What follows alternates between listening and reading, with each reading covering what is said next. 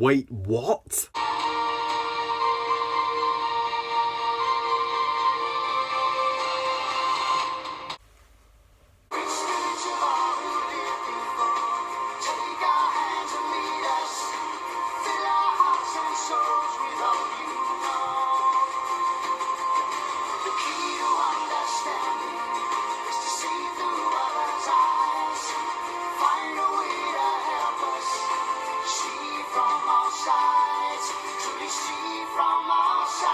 Brother Bear, directed by Aaron Blaise and Robert Walker, and is the 44th Disney animated classic overall.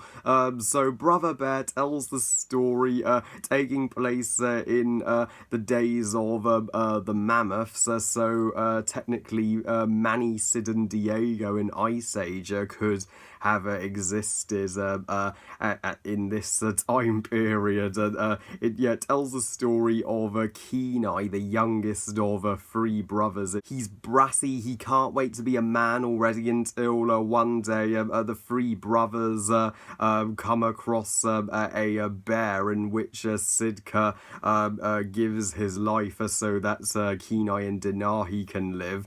Kenai is wrongly mad at the bear for this, so out of vengeance he cold-heartedly murders the poor bear, and the spirits are pissed off by this needless death, so they transform him into a bear as punishment, and he is forced to see the world through another's eyes, through the point of view of a bear, and meanwhile he meets this lovable and talkative bear cub Coda, to which he gradually forms the closest friendship of his life with, and at the same time Denahi, mistakenly thinking that Kenai is the bear that's killed both his brothers, is on the hunt for Kenai, while Kenai must reach the lights that touch the earth, and to make up for what he did wrong in order to return to his human form.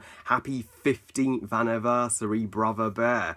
Yep, that's right. I first saw this movie in cinemas back in December 2003 at just age 8. Brother Bear may not be one of the most beloved Disney movies in the world, but man, it deserves to be in my eyes.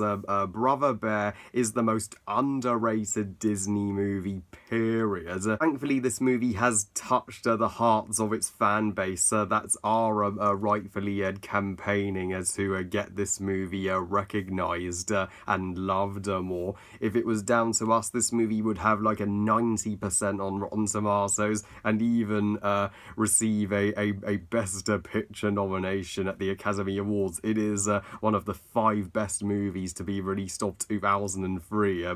No joke there. So yeah, let's immediately jump into my wonderful positives. Brother Bear is the most thought-provoking Disney movie I've ever seen. Its message will help humans and nature coexist peacefully forevermore.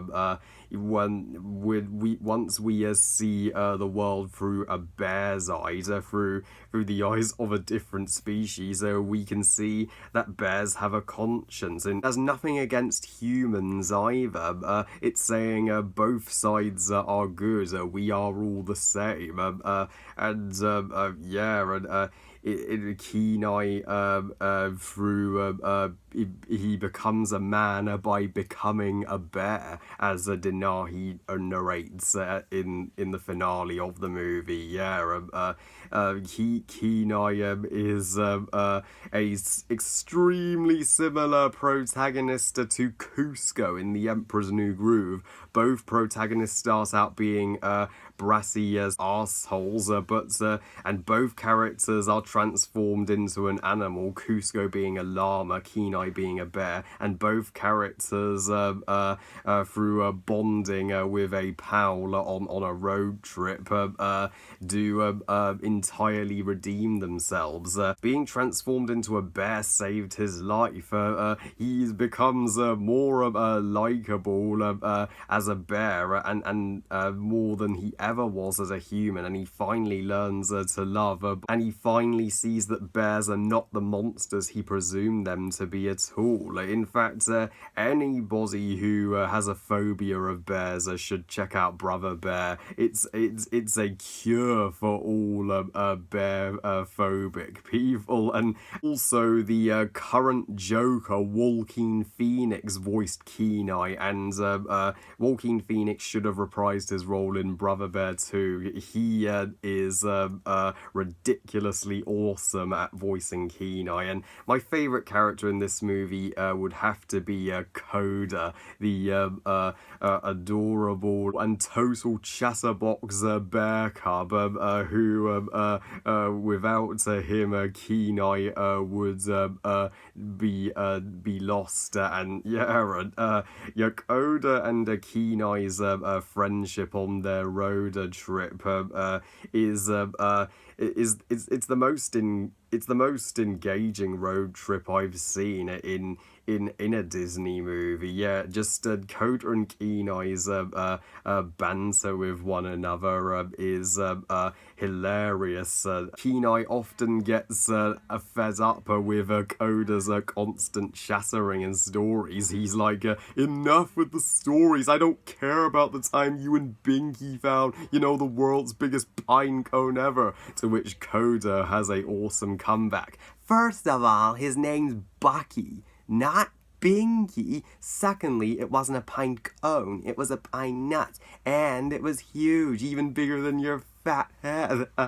Even the two comic reliefs, Moose, Russ and Shook, they're not just there to crack jokes on the road trip. They are also here to help Coda and Kenai become even closer as they are two Moose brothers who also needed to learn to get along. Tinaha, she's one character who everybody forgets to mention when reviewing this movie. She's Brother Bear's Rafiki. Sure, she's the closest to the spirits, and she does take being the shaman woman and helping Kenai seriously, but she also has a good laugh with everybody she interacts with.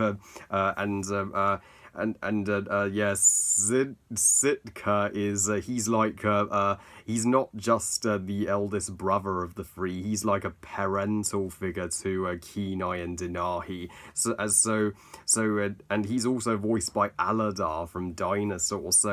His death was insanely dramatic. I'm like, never has a character this soon in a Disney movie been killed off. Man, it's just the first act and already seriously dramatic stuff is going down. And I love that there's no villain in this movie. Denahi may be the closest thing to a threat that Coda and Kenai face on their travels, but he isn't a villain, far from it. So if you look at it from his point of view, he was convinced he'd lost everything, thinking that one bear took both his brothers from him.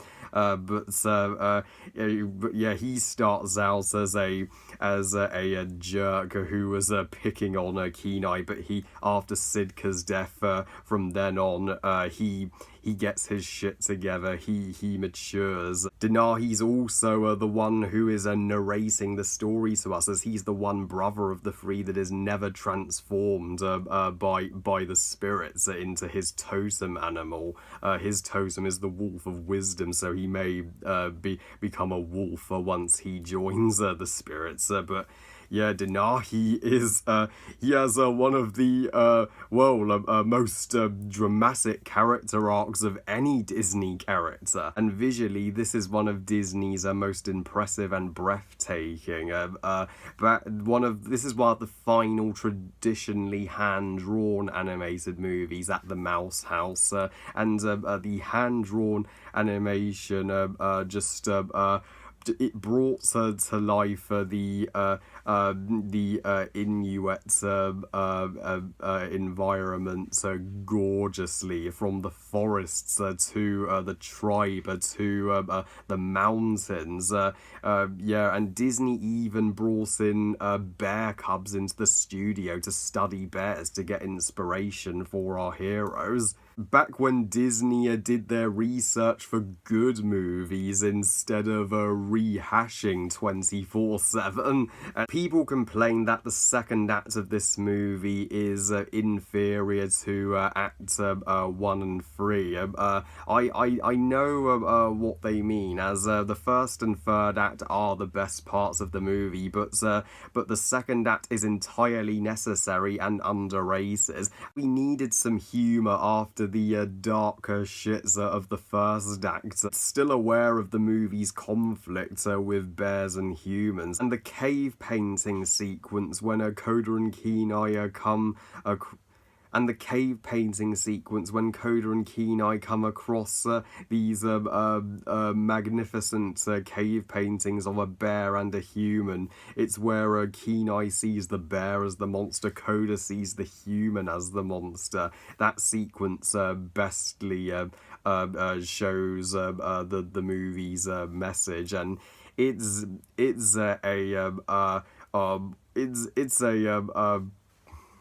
a awesome scene. And also you have the electrifying transformation scene where where Kenai is transformed into a bear, and you also have one of Disney's most underrated, saddest moments that will bring multiple tears to your eyes when Kenai confesses to Coda, and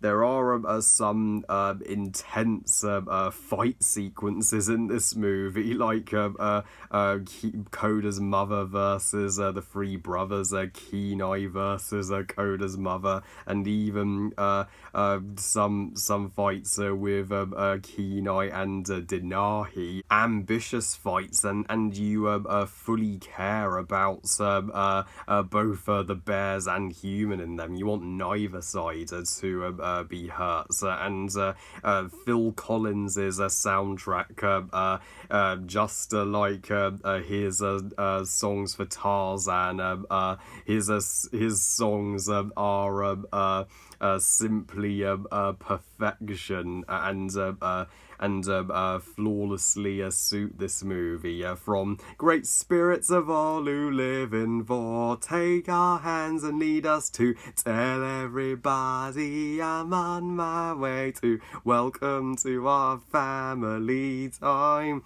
How come Brother Bear songs are never featured on a Disney CD? They'd better be at some point. So yeah, overall, guys, if you are a fan of Disney, it's imperative you check out Brother Bear. I have simply no negatives with Brother Bear.